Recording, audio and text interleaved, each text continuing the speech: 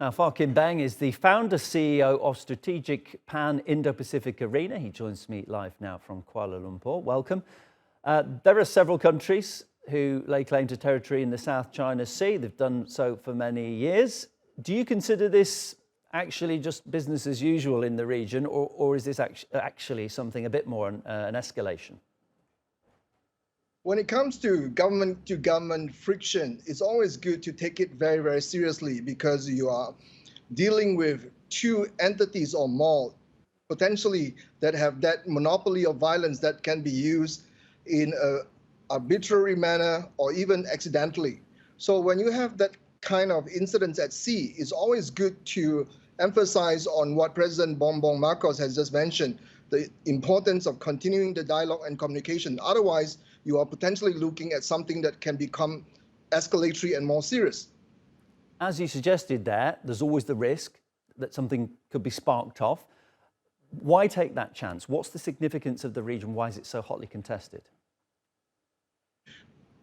The reason why it's so hotly contested is because there's that myth out there that South China Sea is a resource-rich maritime region or basin that has huge amount of gas, oil, so on and so forth, if not the fisheries too. And that myth has actually perpetuated that desire, that greed to try to claim and claw its way into that basin. But other than that, that maritime basin is also where $5 trillion, if not $6 trillion worth of maritime bond trade actually traverses. China is obviously the military superpower in all of this, and it clearly has designs on the region. What's to stop China just taking this whole place by force?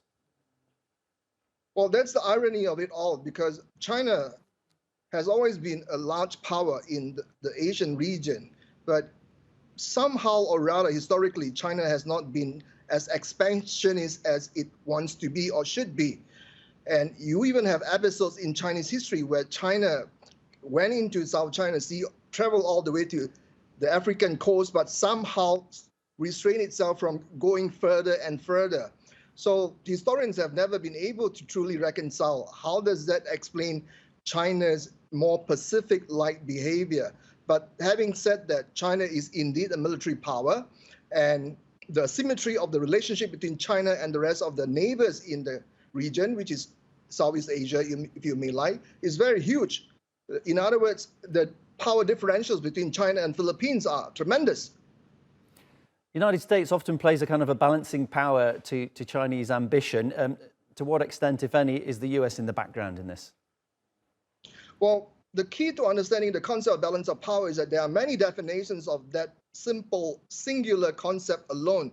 What you just mentioned is just one, but of the many. So for instance, are you referring to the balance of power involving the United States and listing other allies in the region to assist United States in maintaining the status quo? Or are you now referring to United States single-handedly trying to impose its order on the rest of the region? And there are many more definitions, more than 9, based on my own research and interpretation on the single concept of balance of power alone. And that's why the region is extremely dangerous and volatile. Yeah, really appreciate your analysis. Phar Kim Beng is my guest, founder, CEO, Strategic Pan Indo-Pacific Arena. Thank you.